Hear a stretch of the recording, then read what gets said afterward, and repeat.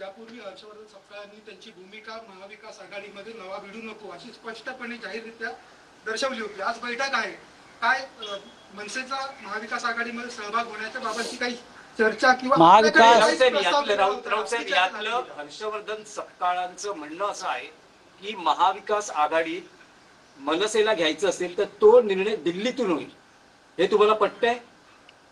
नाही, त्यांचं म्हणणं बरोबर आहे आणि दिल्लीमध्ये आम्ही चर्चा करत आहोत किंवा आमची चर्चा झाली आहे. काल सुद्धा माझं सरचिटणीस वेणुगोपाल यांच्याशी काही विषयावर चर्चा झालेली आहे. मी राहुलजींशी पण चर्चा करीन, आम्ही उद्धवजी खरगे साहेबांशी चर्चा करतील. प्रश्न तो नाही आहे. उद्याचं जे शिष्टमंडळ आहे ते सर्व पक्षीय शिष्टमंडळ आणि अराजकीय शिष्टमंडळ आहे, हे हर्षवर्धन सपकाळ समजून घेतलं पाहिजे. हा विषय एका पक्षाचा नाही. मतदार यादीतले घोटाळे, EVMचे घोटाळे, निवडणूक यंत्रणेतला भ्रष्टाचार, भारतीय जनता पक्षाची यंत्रणेवरची दडपशाही, ह्याच्यावर एकत्रित आवाज उठवणं गरजेचं आहे. म्हणून तर राहुल गांधी यांनी सगळ्यांची मदत घेतली या विषयात. हे एकट्याचं कामच नाही आहे. उद्या आम्ही सर्व पक्ष, महाराष्ट्र राज्याचे मुख्य निवडणूक अधिकारी चोखलिंगम यांना भेटत आहोत, एक निवेदन देत आहोत, त्यांच्याशी चर्चा करत आहोत. त्यानंतर उद्या 1:30 वाजता यशवंतराव चव्हाण प्रतिष्ठानमध्ये आम्ही पत्रकार परिषद घेत आहोत. या शिष्टमंडळात माननीय शरद पवार साहेब, माननीय उद्धव ठाकरे साहेब, माननीय हर्षवर्धन सपकाळजी, माननीय राज ठाकरेजी, महाराष्ट्र नवनिर्माण सेनेचे अध्यक्ष, त्यानंतर कॉम्रेड अजित नवले, कॉम्रेड सुभाष लांडे, रईस खान, असे जयंतराव पाटील शेका पक्षाचे, या सगळ्यांना आमंत्रित केलेलं आहे आम्ही आणि सगळे येत आहेत. आता हर्षवर्धन सपकाळ यांचा एक मुद्दा आहे की इंडिया आघाडीत नसलेले पक्ष त्यात आहेत. म्हणजे कोण आहेत? इथे इंडिया आघाडी किंवा महाविकास आघाडीचा पक्ष विषयच नाही. सर्व पक्षीय शिष्टमंडळ.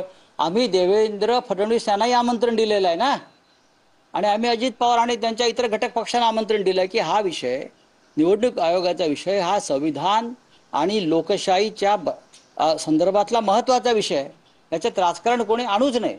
राऊत साहेब, उद्याच्या बैठकीचा आपण एक विषय वेगळा ठेवू. आता तुम्ही असं म्हणाला की राज ठाकरेंच्या मनसेला महाविकास आघाडीत घ्यायचं की नाही याची तुमची दिल्लीतील काँग्रेस पक्षश्रेष्ठींची चर्चा सुरू आहे. तुम्ही अलीकडच्या काळात राज ठाकरेंना अनेकदा भेटलेला आहात. राज ठाकरे स्वतः इच्छुक आहेत का महाविकास आघाडीत यायला? एक लक्षात घ्या, महाविकास आघाडीमध्ये जर नवीन घटक घ्यायचा असेल तर नक्कीच एकत्र बसून चर्चा करावी लागेल असं माझं म्हणणं आहे. आणि काँग्रेसचं नेतृत्व दिल्लीमध्ये आहे. काँग्रेसच्या नेतृत्वाला इथे अधिकार घ्यायचा, कोणताही निर्णय घ्यायचा अधिकार नाही, हे मान्य केलं पाहिजे. जसं अजित पवार किंवा आहे तुमचे एकनाथ शिंदे हे निर्णय घेऊ शकते, त्यांचा निर्णय अमित शहा घेतात दिल्लीत. काँग्रेसचंही तसंच आहे.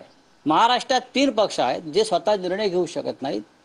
एक पक्षाचे अध्यक्ष खरगे साहेब आहेत, ते दिल्लीत निर्णय घेतील, आणि दुसरे जे 2 पक्ष सरकारमध्ये सामील आहेत त्यांचा निर्णय अमित शहा घेतात, कारण तो त्यांचा मालकीचा पक्ष आहे. ज्यांचं नेतृत्व दिल्लीत आहे ते दिल्लीतून निर्णय घेतील. आम्ही सगळे उरलेले लोक महाराष्ट्रात आहोत, आम्ही महाराष्ट्रात निर्णय घेऊ. आणि उद्याच्या शिष्टमंडळामध्ये महाराष्ट्र नवनिर्माण सेनेचे अध्यक्ष राज ठाकरे, उद्धव ठाकरे आणि इतर माननीय शरद पवार साहेब सामील होत आहेत. स्पेसिफिक प्रश्न आहे, पुन्हा एकदा विचारतो. तुम्ही अलीकडच्या काळात राज ठाकरेंना अनेकदा भेटलेला आहात.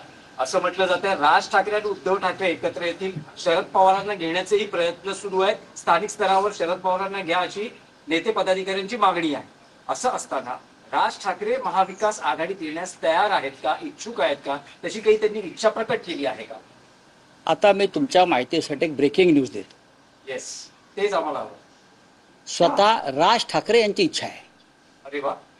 की आपल्याला महाविकास आघाडीतला घटक पक्ष असलेला काँग्रेसला सुद्धा सोबत घेणं गरजेचं आहे. ही त्यांची एक भूमिका आहे. याचा अर्थ निर्णय नाही. मी परत बघा मी काय म्हणतोय, कारण प्रत्येकाचं या राज्यामध्ये एक स्थान आहे. जसं शिवसेनेचं आहे, म्हणजे आमच्या बाळासाहेब ठाकरेंच्या, उद्धवजींच्या, महाराष्ट्र नवनिर्माण सेनेचा आहे, माननीय शरद पवार साहेबांचा आहे, डाव्या पक्षांचा आहे. तसंच काँग्रेस सुद्धा महाराष्ट्रातला एक महत्त्वाचा पक्ष आहे. काही निर्णय घेताना जसं शिष्टमंडळामध्ये काँग्रेसचा समावेश होणं गरजेचं आहे, ही आमच्या सगळ्यांची भूमिका आहे, ती राज ठाकरे साहेबांची सुद्धा आहे. त्याच्यामुळे तुम्ही जे प्रश्न विचारताय ते निरर्थक आहे. चला, थँक्यू.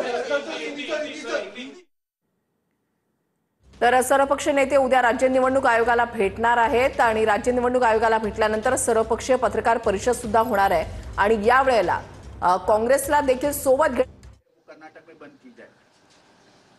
देखिए, ये जो भूमिका है आरएसएस में बंदे डालने की, वो सरदार पटेल की भूमिका है और सरदार पटेल का सबसे बड़ा स्टैच्यू नरेंद्र मोदी जी ने गुजरात में बनाया है. उनके आदर